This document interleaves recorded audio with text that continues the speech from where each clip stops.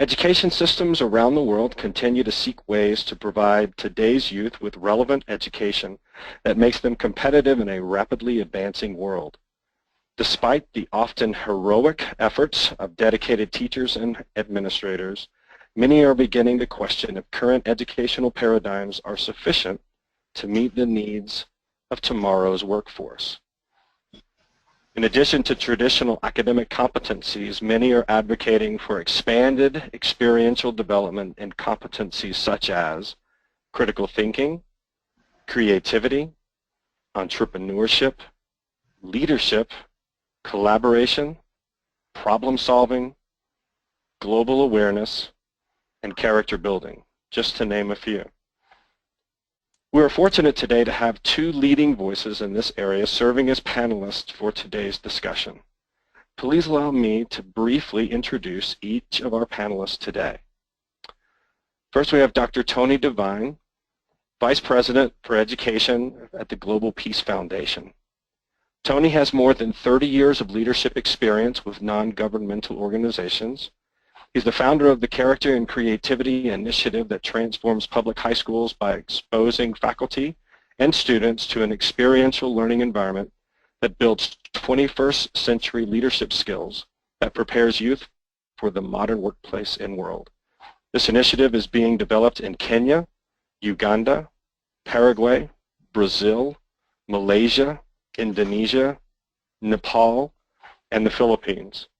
Tony is a regular speaker at national and international conferences in more than 25 countries. Next, we have Joe Carvin, the CEO of One World United and Virtuous. Joe is the founder of One World United and Virtuous, an organization committed to improving human understanding and cooperation. The primary vehicle is One World Youth Clubs, which serve 500 students in 25 schools in 6 different countries. The goal of One World Youth Clubs is to create a global learning network of leaders of character, knowledgeable of the world around them, and capable of changing it for the better. Prior to founding One World, Joe worked in emerging market finance for 30 years with a focus on South America. In addition to his background in finance, Joe recently completed 8 years as town supervisor of the town of Rye. At this time, I will turn over the presentation to Dr. Tony Devine of the Global Peace Foundation to make his opening comments. Okay, thank you very much, Dave, and welcome everyone from around the world to our call. Here we go. Okay, can you guys see my screen? Yeah, I can see it. Transform education, Tony. Fantastic. Okay, great. Just want to make sure we're technically in shape here. So the big impact goal that countries around the world are striving to do right now is transform their educational systems so that they can actually be in synchronization with the economic, political, and social development that's going on in countries around the world. And the goal here is to make this education relevant so that graduates are better prepared, graduates from high schools especially, but also from vocational and tertiary schools are prepared to contribute to employment and economic development, societal and political stability, and creating ethical societies free from corruption. Just a little bit about our own organization, the Global Peace Foundation. We're an international, non-sectarian, non-partisan, non-profit, or NGO, which promotes an innovative, values-based approach to peace building based upon universally recognized principles and shared values as essential to building social cohesion within nations and the global community. We have a universal vision called One Family Under God. The idea here is that future peace and prosperity of humanity can come about when people transcend national, sectarian, race, ethnic, and cultural divides, and that folks can come together, people can come together to start working on and solving some of the most complex social problems in the world, and education is one of these. A scan of the modern workplace shows that in the leading companies around the world, irrespective of the sector, what you're seeing here are well-recognized companies that have a global footprint. These companies transcend 14 different industries, and this is data that comes from the Great Place to Work Institute of the trends in the modern workplace. And we're seeing some indicators that collaboration and teamwork is very important. Problem solving. Purpose is interesting because it's a new trend. When employees are purposeful and they're highly motivated and they're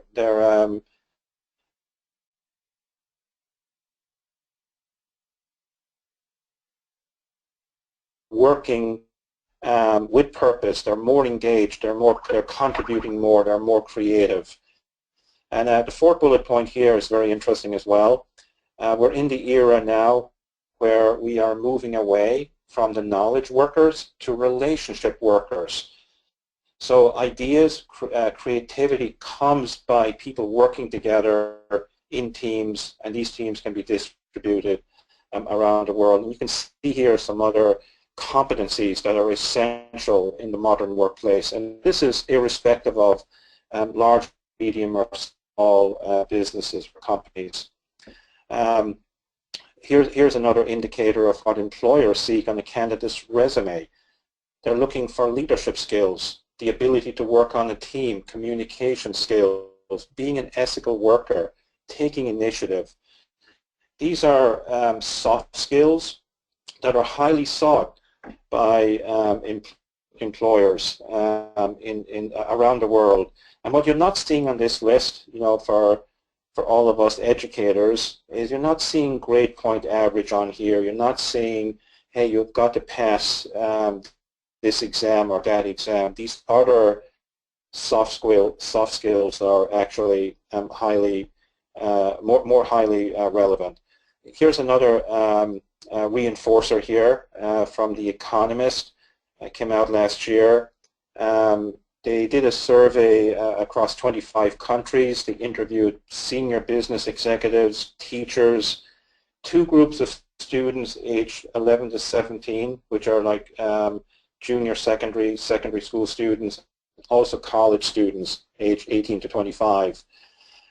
Very similar kind of list. We're seeing a pattern here: problem solving, teamwork, and critical thinking, creativity, leadership. Again, we're not seeing the content-based competencies are your ability to pass an exam. It's not deemed as important. We're also seeing a mismatch between education and work. When 96% of college and university chief academic officers claim that they're extremely or somewhat confident in their institution's ability to prepare students for success in the workforce. However, only 11% of business leaders state that today's college graduates do not have the skills and competencies that their business needs. So we see this large discrepancy between what schools and the world of education thinks that they're doing versus the what the real world, their perception of it. So this brings us to a set of very important quality standards. In our work, as we work with ministries of education around the world, did a lot of research into this over the last couple of years, especially last year. And as we talk about these standards of character, creativity, purpose, relationships, and learning,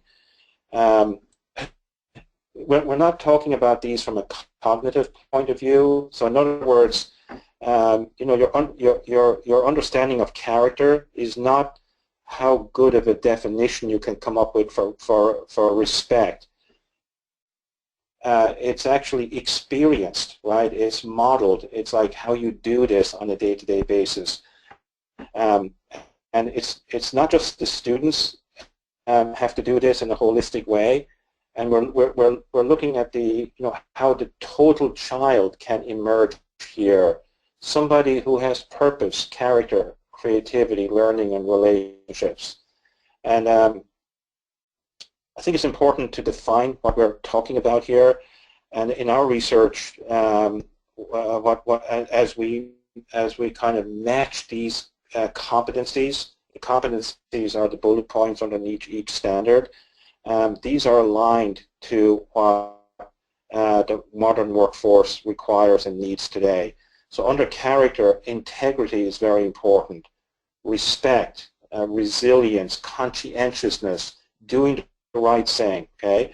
And one very important part about the character side here is that this is like the moral or ethical framework that drives the rest of it. Creativity, relationships, purpose, and learning are value neutral. It's the character side here that provides the moral framework, which is vitally important.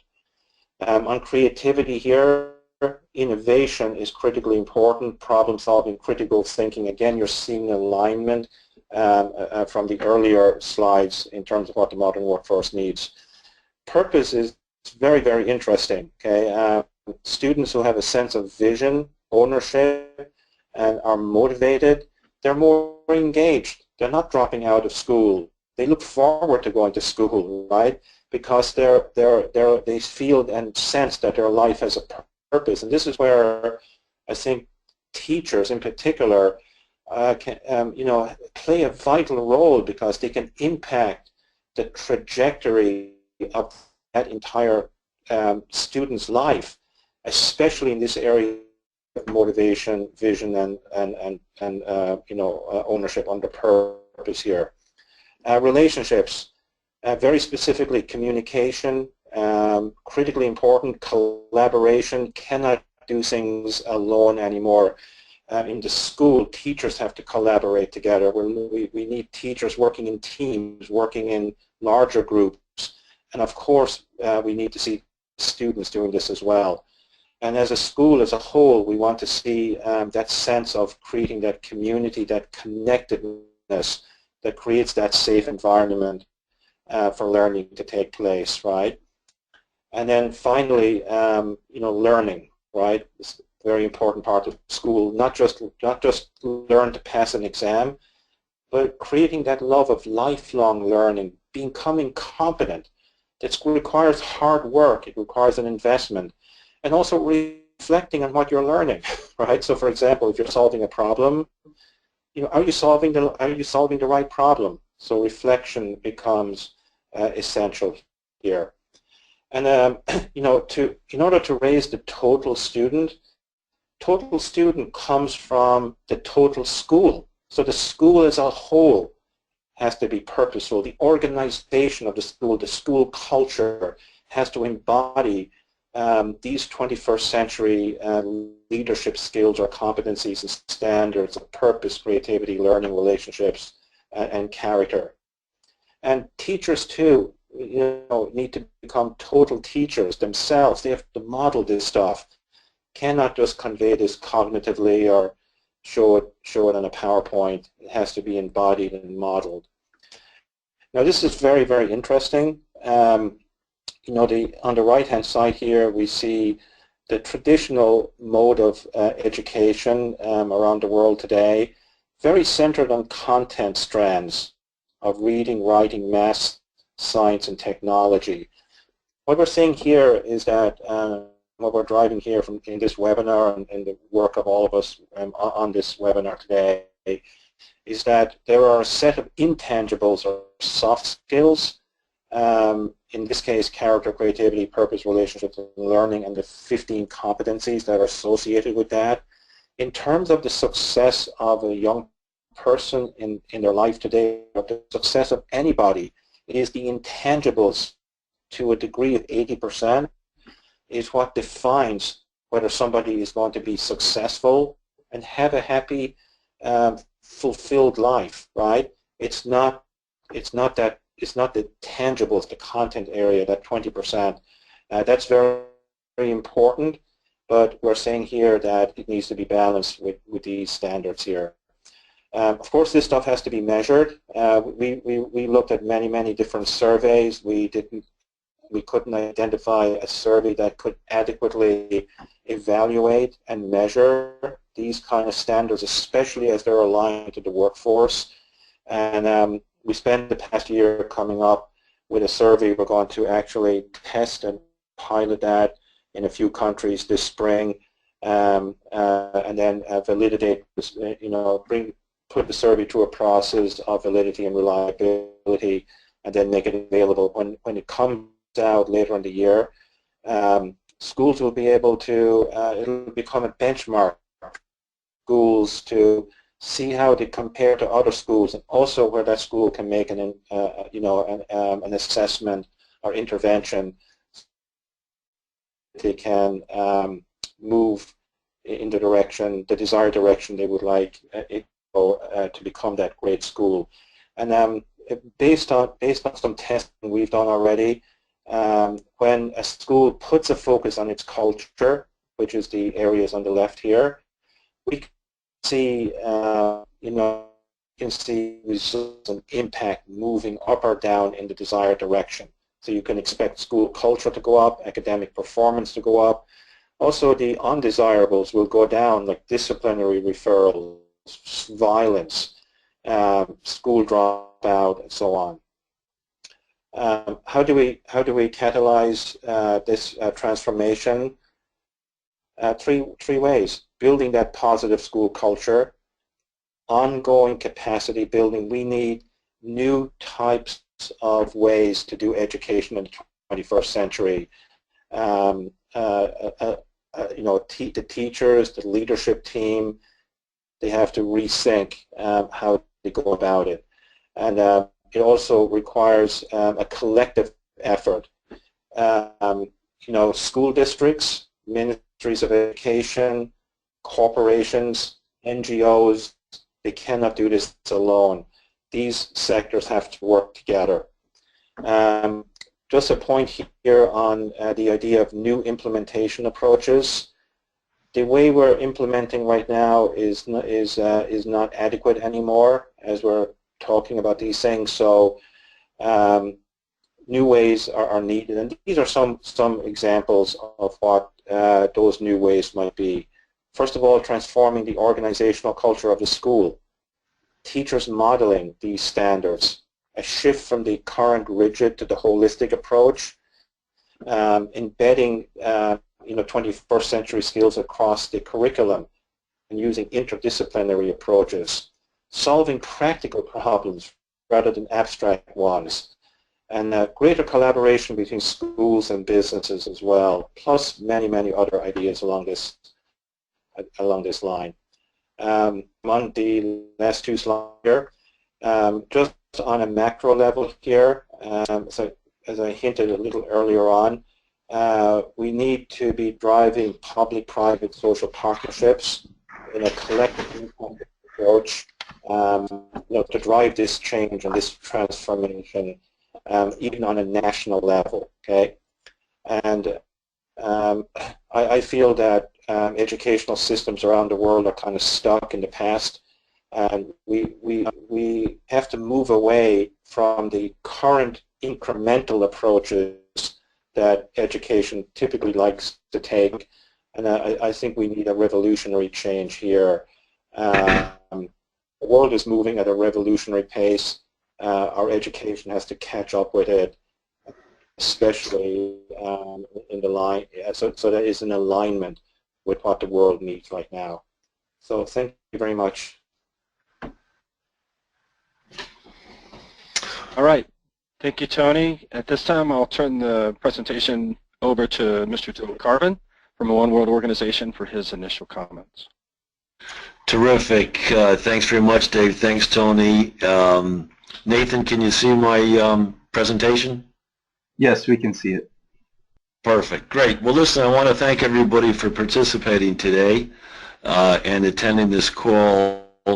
What I've tried to do is, as you heard from my background, what I've tried to do is talk a little bit about the world around us and the need for 21st century skills, and what does a 21st century society look like, and how are the needs different today, and then talk a little bit about what One World is doing to try and address the 21st century skills. So, so basically, One World, we try and do character building for a global world and for 21st century leadership. We are a not-for-profit educational foundation with the very broad mission of increasing human understanding within our communities and across the globe. So the first question, of course, is how do you do that? And we'll talk a little bit about that later on. Our principal focus is on our youth programs, where we really try and prepare civic-minded leaders for the unprecedented challenges of the 21st century. And we'll talk about those now. The one thing, you know, the CIA actually does every 5 years does an update report where they talk about what's going to happen in the year 2030. And it's a fascinating report. If you ever get it, it's well worth looking at. But one of the conclusions on the 2030 report was that human agency is all important. And I basically wanted to put this slide up so people understand that, you know, the future is ours. One of my big complaints is people say they ought to do this, they ought to do this, and they ought to do that. No, it's up to us. And everybody on this on this webinar, on this call today, has the capacity to positively contribute to a much brighter future going forward. So, you know, as somebody who's not from education, I've been trying to think about, okay, what is the purpose of education? What are we trying to achieve, primarily in our K through 12 education? And I came up with this quote from John Dewey from 1934, and I think it's probably just as true today as it was then. And basically, any educational system and its forms and methods is an outgrowth of the needs of society in which it exists. And that's my focus in today's presentation, is what the 21st century needs that basically influencing education. Well, I think it's clear to all of us, either intuitively or you know, otherwise, that we live in an age of unprecedented challenge and opportunity. Can you guys hear me okay? Yes. Nathan? Yes, it's great. Okay, good. Okay, good. The lifespan, you know, it's sort of interesting, you know, really to take a step back, and I like to think of us as a human project, as a human endeavor. So effectively, and sorry about that, let me just get rid of this. I just wanted to make sure it wasn't somebody calling to tell me that you couldn't hear me. So the basically, you know, when you think about it, the average human being in 1900 lived to 31 years old. And today, that average human being across the globe lives to 67 years old. And I found this fact really fascinating. As somebody who's watched the stock market for a number of years, the average tenure of a S&P company has gone down from 61 years in 1958 to 18 years today. So basically, you know, when we're trying to prepare our students for a career, well, the companies themselves aren't even certain they'll be around in 18 years' time. You think about Facebook, you know, billion dollar companies created just overnight, also as you think about, you know, as companies, you know, try and deal with the changing world, they're just as challenged as we are. So if the business people themselves can't even figure out what the jobs are going to be 20 years from now, how can us as educators? And I think that's one of the challenges for us going forward. I also think that educators are being challenged as never before. They're being asked to prepare students for a world that no one yet understands, in an environment where clearly the family stresses and negative messaging put a greater burden on them. I don't need to tell any of my educators our educators on the phone today or on the webinar today that they are teaching to the test.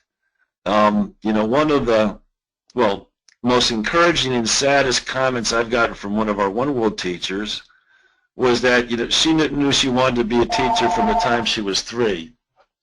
But basically, So she wanted to know she wanted to be an educator from the time she was 3, but never really gets a chance to do that anymore because she's always teaching to the test. And she said the only chance she has to basically teach is in the One World Clubs after school, where she can basically teach the students, how to be good citizens, good human beings.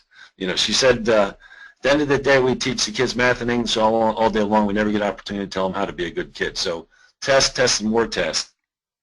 And again, I think, teachers just as challenged as we are. I know I'm terribly challenged in trying to keep up with dramatic technological change. So imagine your teacher training occurred 20 years ago, and you're trying to keep up with all the latest technological innovations. So again, I think that puts added stress and burden on teachers. And finally, I think it's fairly extraordinary. The world's upside down. My 10-year-old daughter is several-fold more proficient in technology than I am, as my friends will attest. So, when you get Al Gore and Newt Gingrich agreeing, something's up. But I think this is important. There's been no prior period of change that remotely resembles what humanity is about to experience. I sort of feel like an uneasy feeling, but I'm not confident that our public leaders really fully appreciate how dramatic the world is going to be changing us around us, and how many different revolutionary changes are unfolding simultaneously and converging with one another. And that's an excellent book I'd recommend from Al Gore, Future. And Newt Gingrich has written a similarly good book called Breakout. And basically, he makes a distinction between a breakthrough and a breakout. A breakthrough in our entrepreneurial society, we have ongoing breakthroughs that are continually improving our society. But a breakout is basically when you have a number of different breakthroughs coming together at the same time and ultimately transform the way we do everything effectively, our business, our social relationships. And he points out, he says that the last time this happened was really from 1870, 1900s, when you had the steam engine and all sets of electric light bulb and all sorts of transformational things happen. And again, he thinks we're experiencing one such period of time as well. And again, I don't think I need to tell anybody, but our kids are growing up in a world that's very different from the one we inherited. So, it's tough. It's tough for us as parents, as educators, because we don't have as really, they're experiencing things that we didn't really experience, if we're honest, in terms of social media, cyberbullying, cyber that, cyber this, that we had to grow up. And then the other big thing is you got some huge changes that'll have dramatic, or the potential for dramatic impact on education, right?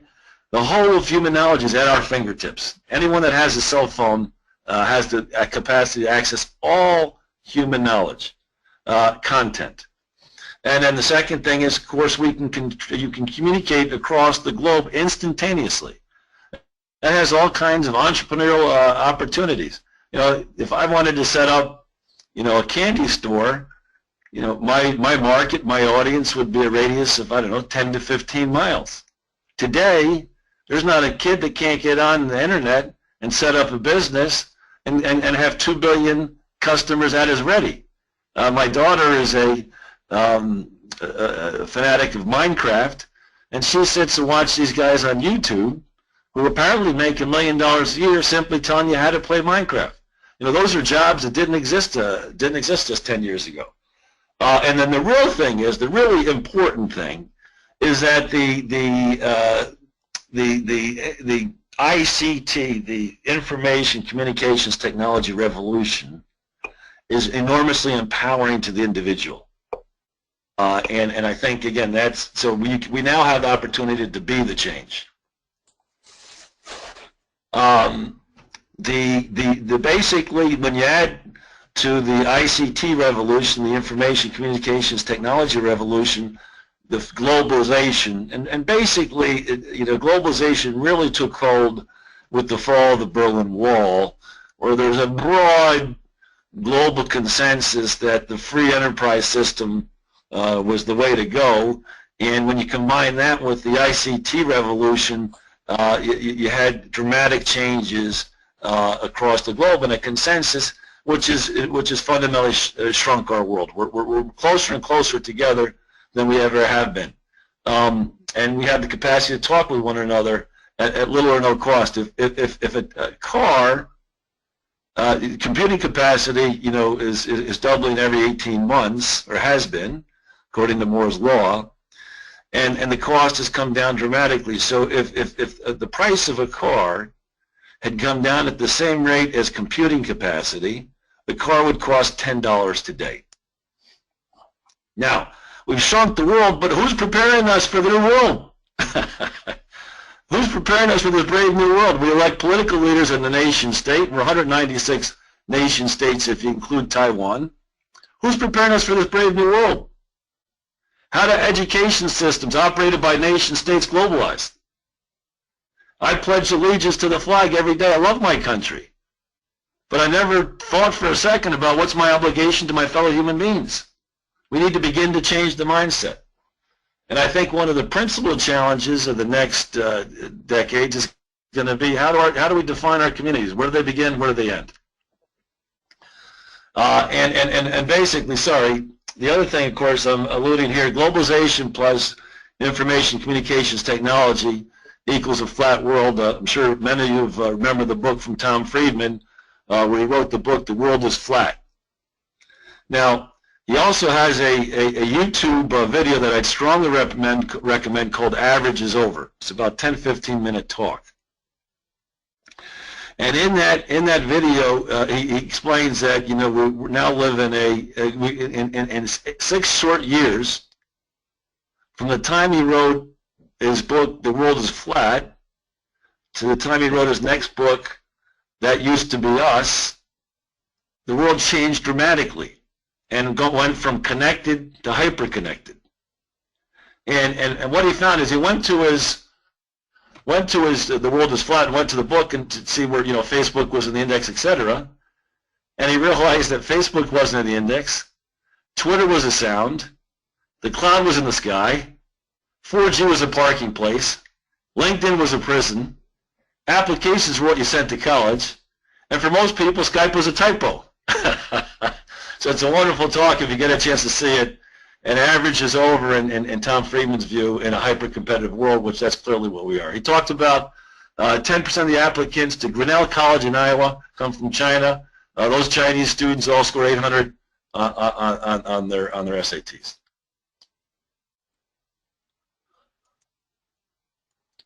So, look, there's a quote from Henry Bergson, a philosopher that I love. He says, we're all co-creators of the universe. There's no doubt in my mind that we are. So I entered this universe in 1955. That was the year I was born. And life expectancy with that day was 48. Well, I'm 61 today, so I've beat the average expectancy at those days. But today, the average life expectancy is 68 years old. When I came into this world, there was 2.8 billion human beings on the planet. And today, it's 7.4. So I've got another, what is that? 4.6, almost 5 billion co-creators of the universe. In addition to that, again, since the fall of the Berlin Wall, nearly 1 billion people have been taken out of extreme poverty in the last 20 years. An enormous success. One of the things we have to do is manage for success. So 1 billion people have been taken out of poverty. That's a fantastic number. And the goal is to try and take out another billion going forward. And finally, again, the McKinsey predicts that by the year 2025, for the first time in the history of the planet, discretionary spending, where people will have moved from basic subsistence to discretionary spending. We have 4.2 billion people on the planet Earth in 2025. Now, that's a wonderful success. But how do we manage it? How do we manage our global resource? If everybody in the United States everybody in the world consumed the same way we do in the United States, we need 11 planet Earths. How are we going to manage that growth? How are we going to manage that transition? And how are we going to, how are we going to try and make those things happen? All these things require global cooperation. In fact, again, globalization and ICT have made us more interconnected and interdependent as never before, but we're organized into 196 competing entities. My colleague Jack Sakara has a wonderful description where he basically says, look, we're all in the same ocean liner. We have 196 cabins. We try and pretend we're not in the ship together. All of the issues facing us today require global cooperation, and no single nation state can solve them in any way. Jeffrey Sachs, economist, a well-known economist, says the defining challenge of the 21st century will be faced with the reality that humanity shares a common fate on the crowded planet, a point of blinding simplicity that many world leaders have yet to understand and embrace. We're apolitical at One World, no politics, but if anybody's watched any of the political conversation from either side, we haven't seen that point of blinding simplicity talked very much about. Now, one of my favorite books is by this gentleman, Dr. James Morton. Dr. James Morton is an engineer, unfortunately recently passed away. He wrote a book called The Meaning of the 21st Century. And he basically says that the next several decades are make or break for humanity.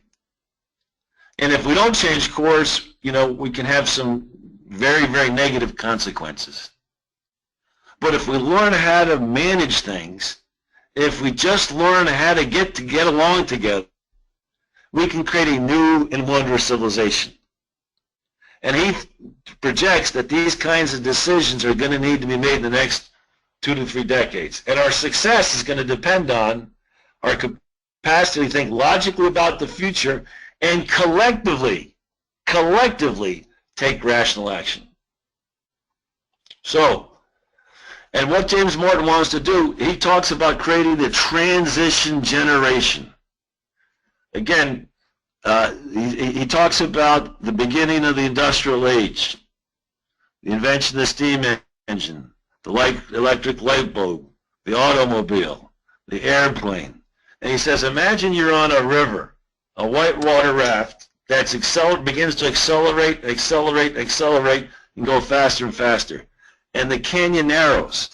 And as the canyon narrows, you're getting ready, you have nanotechnology, transhumanism, singularity, artificial intelligence. And he says what we need to do is develop a transition generation to get us through that narrow canyon and create that new and wondrous civilization. And that's exactly what we're trying to do here at One World. We're trying to create a transition generation. We're trying to inform our students about the world around them and help them understand how they can make positive contributions and change things for the better. And how do we do that? Well, we do that 3 ways. We educate for global awareness, we connect through character, and empower through service learning. Just like Tony, you know, the core values are all important. You know, I talked about the purpose of education. Martin Luther King was very clear in his comments about education and the need for a global perspective. And ultimately, as Martin Luther King said, we need to develop that global perspective. He said that in the 60s, it's far more urgent today. John F. Kennedy, in his inaugural address, said, man holds in his mortal hands the ability to abolish all forms of human poverty and all forms of human life. We want to do everything in our power to make sure we end up eliminating all forms of human poverty. In fact, it's not unrealistic. It's a chart from The Economist. We're heading in the right direction. Nelson Mandela called this generation, to challenge our generation to let our greatness blossom. Let our greatness blossom. Let's bring an end to poverty. We can do that. We can achieve it. We just need to figure out how to get along. It's as simple as that.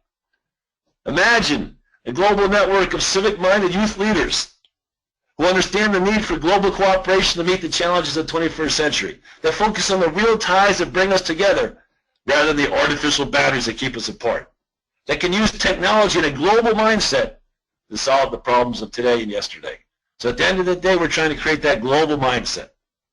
In addition to that, your parents and your teachers should take heart, because we believe that the global mindset is a critical 21st century skill.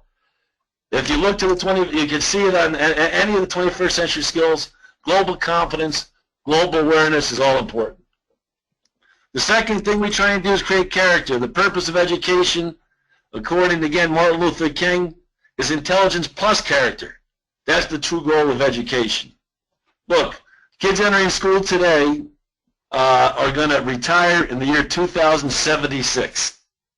If we don't know what's going to happen 5 years from now, how can we possibly prepare them for 2026? Well, I'll tell you how we do it. You give them purpose, you give them principles, you give them ethos, you give them resilience, and give them character. That's our second goal. And finally, each one of our clubs, we're trying to empower our students through service learning projects, and where they learn how to make changes in their local, national, and global communities. Here's an example of one of the projects we did. Our Portchester High School class watched a TED Talk from Peter Singer. He recommended that the most effective way to achieve altruism was to send mosquito nets to Africa at $10 a pop. You can save a life. 600,000 children die every year. Well, they went out and raised $1,300 and saved 260 lives. Great stuff. Here's some more examples of the service learning projects we've done. Every club does a service learning project. Our Portchester club, the next year, they did random acts of kindness in high school. So the program impact, improve global awareness, doing the right thing, feel connected to global learning community. You can see I'm really impressed and pleased with the impact we've had. Measurable outcomes, they learn about conflict resolution, improving the world around them, and understand what culture means. Again, our programs are from 4th grade to 12th grade in K through 12 education. The end goal is to use technology to create a global learning community of leaders of character, knowledge of the world around them, and capable of changing for the better. We have 30 schools. We've added a few schools since the last time I sent the update to Dave. 500 students in 6 countries. And the U.S. clubs are primarily in the New York metropolitan area. Our existing programs are video conferencing, One World Youth Clubs, we have a Leadership Institute, and study circles for adults. Tony and Dave, thank you very much. Thank you, Tony, and Joe, for your comments. I appreciate that. I have a question that came from the audience. I'm going to start it out with Tony, and then we can expand it to Joe or others. But the specific question that came talked about all of these things that I'm hearing are encouraging, they're inspiring, they make sense, but how does it actually happen in the real world? In what specific classes would you recommend we address these CCI standards that you were talking about? And specifically the question said, Common Core standards already address situational context and encourage teamwork, engagement, communication, etc.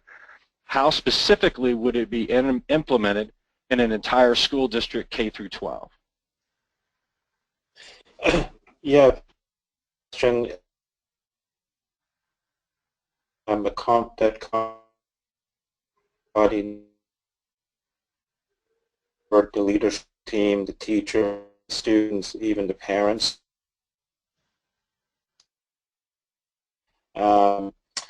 You know, the world of education is so many competing for people's attention. There are so many different things conflicting.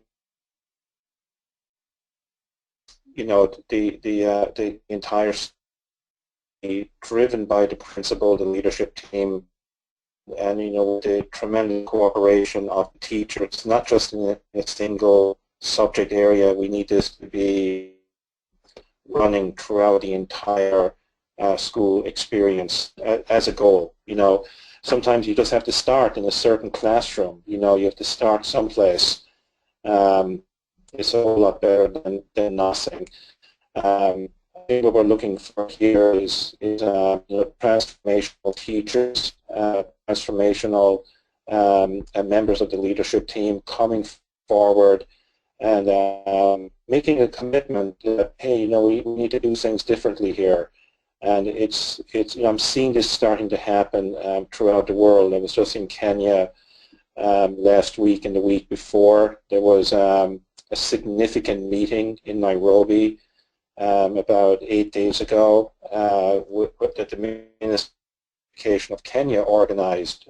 They brought together 1,000 stakeholders from around the country. And the purpose of this meeting was to usher in a new curriculum.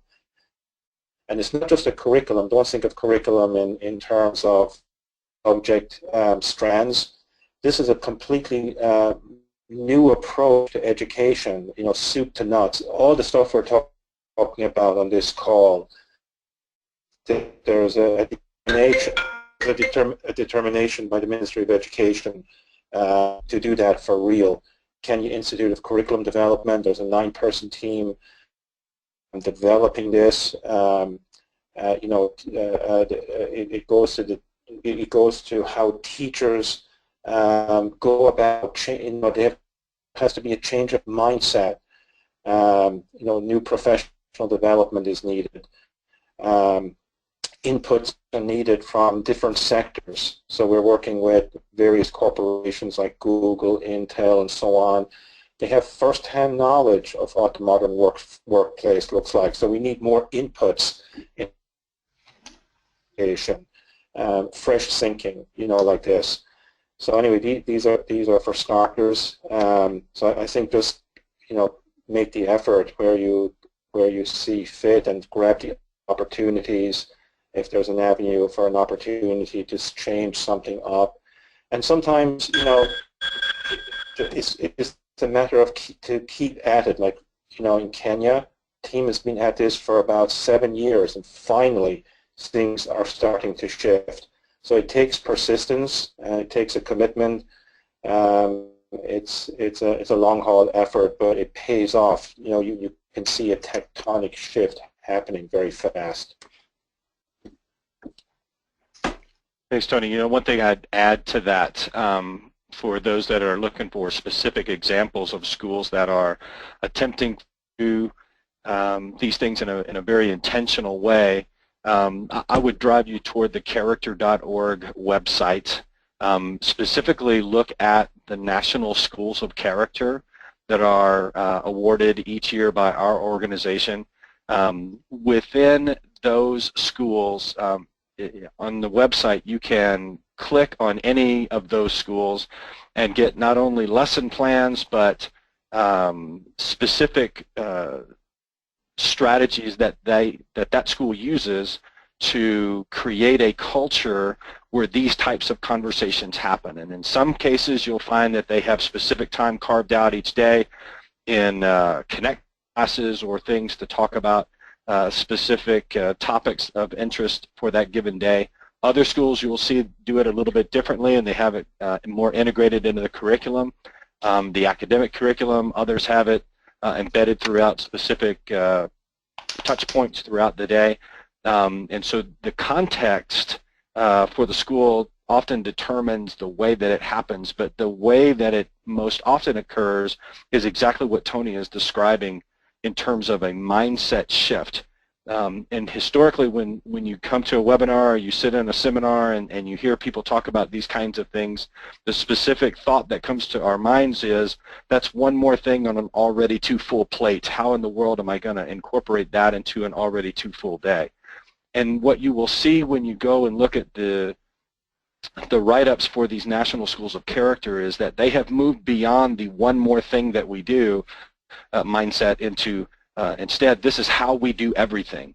And so it is truly a transformation in terms of mindset that moves them beyond a traditional classroom type experience to a more developmental context of caring relationships, and those caring relationships founded in character lead toward broader conversations regarding critical thinking, creativity, teamwork, those kinds of things. I had another question that came in, and I'll open this on up to Joe or Tony. Question specifically came in that said, many would argue that soft skills, especially character, are the responsibility of the family, specifically the parents. How do you involve parents as key stakeholders so that this new approach to education in school has input and is acceptable to parents so that the same type of message is consistent in home and in school? Tony, you want to take a crack, or? Yeah, I will.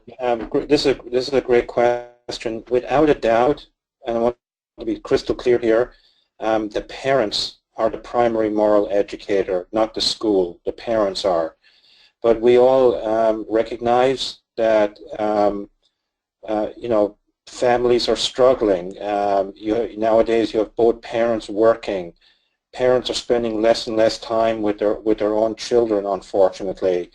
And the school is getting children who may not have gotten that really core values-based modeling and coaching and training, right? Education that we would desire. So schools are called upon to take up the slack here, and they cannot do it alone. They really have to engage the parents. And there's a lot of tried and true strategies that schools can do, that teachers can do to engage parents. Just one point, just one thing alone. Engage the parents with positive messaging about their child. Normally when the school calls home, it's about something that went wrong. But start off the school year with something that the child did really well, right? Or that this child is showing great promise, or whatever. That's a great way to get the parents involved. So ideally, it would be super fantastic to have the parents very, very much engaged in the school. They should be like the #1 ally of the teachers, of every teacher, and of the school overall.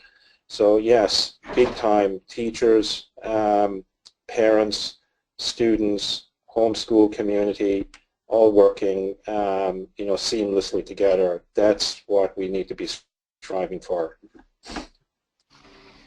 Hey Joe, how do your One World youth clubs incorporate parents? Well, first, I completely agree with Tony. Obviously, the family is the principal and primary contact for character.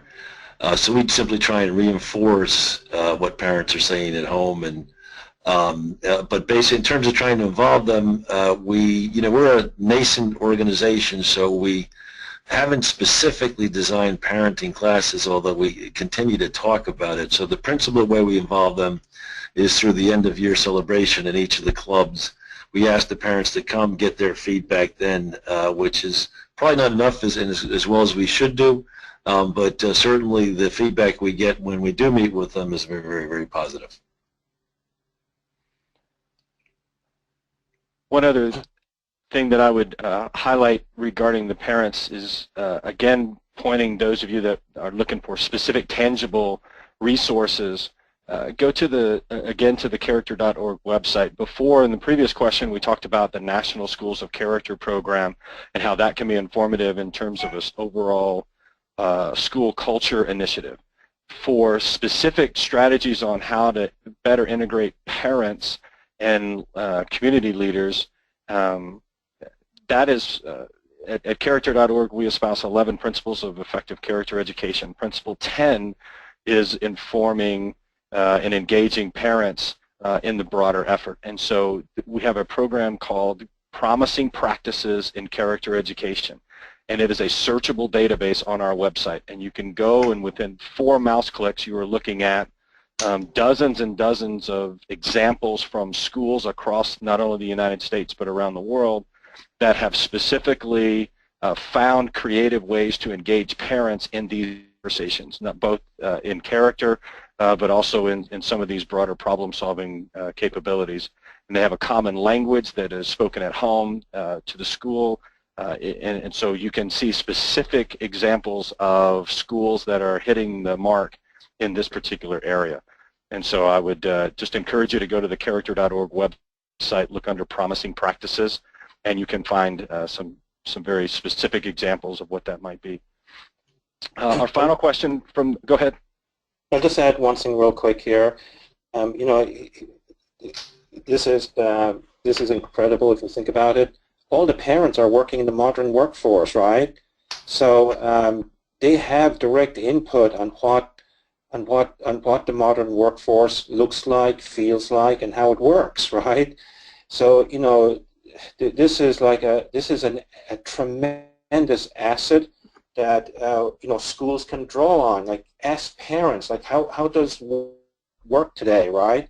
And what are the priorities we need to be focusing on?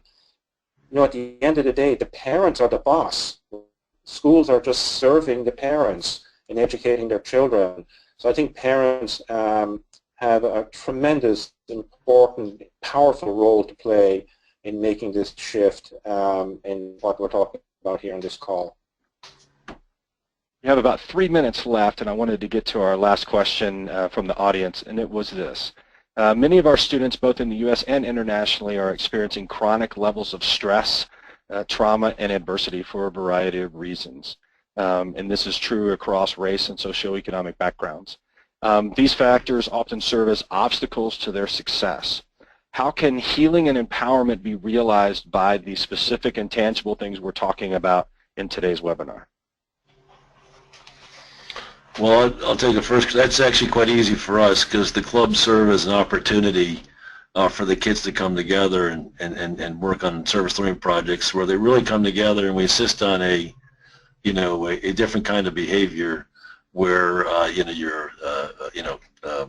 basically, obviously, support the students not just in the club but throughout the school in terms of being an upstander, and encouraging the students to be an exemplar of character. And so what we found is that the number of the kids that come into the club transform their behavior when you give them a global connection, especially communities, and you tell them what they do is important. They really respond, and then they really become exemplars because you believe in them. And then they believe in each other, and then they work together in teams on their service learning projects and learn to collaborate. So we've been very fortunate. And the other thing we launched just last year is a leadership institute where we go even more depth. And in our leadership institutes, we try and basically integrate our young students into the community. And again, it's the same kind of thing where they really are positive support of one or the other. Classrooms and schools, teachers have to be welcoming. They have to really welcome the students to the school, look forward to these students coming in every day, and make that shift towards personalized education, and starting with the person, treating each student as an individual who's unique, special, who has the ability to contribute. So that individualized learning versus the class-focused group style of learning that can, and then creating that culture that is connected, that is well community, where students love to come to school and be engaged, right, when they are in school, by engaging teachers as well, so that where you're creating that connected, caring community in the school. If that happens, we'll see less stress. Okay, I would like to thank all of you for your attendance on this webinar today. Our time has come to an end. I especially want to thank Tony and Joe for their insight and their unique perspectives, and for the wonderful work that is being performed by their respective organizations. For the person that sent in the question about continued service learning and the value of service inside and outside of the school, I will give you my personal opinion that I do think there should be higher emphasis placed on that from the administrative and district levels. For those of you that are interested in learning more about this topic and similar topics, may I invite you to join us for our next webinar, which will take place on May the 18th. We will specifically be talking about global citizenship, but many of these same recurring themes will be part of that, and we certainly invite you to be fully participative in that exercise as well. On behalf of all of us at Global Peace, One World United and Virtuous, and Character.org. Thank you for your attendance today, and we look forward to continued dialogue in the future. Have a great day.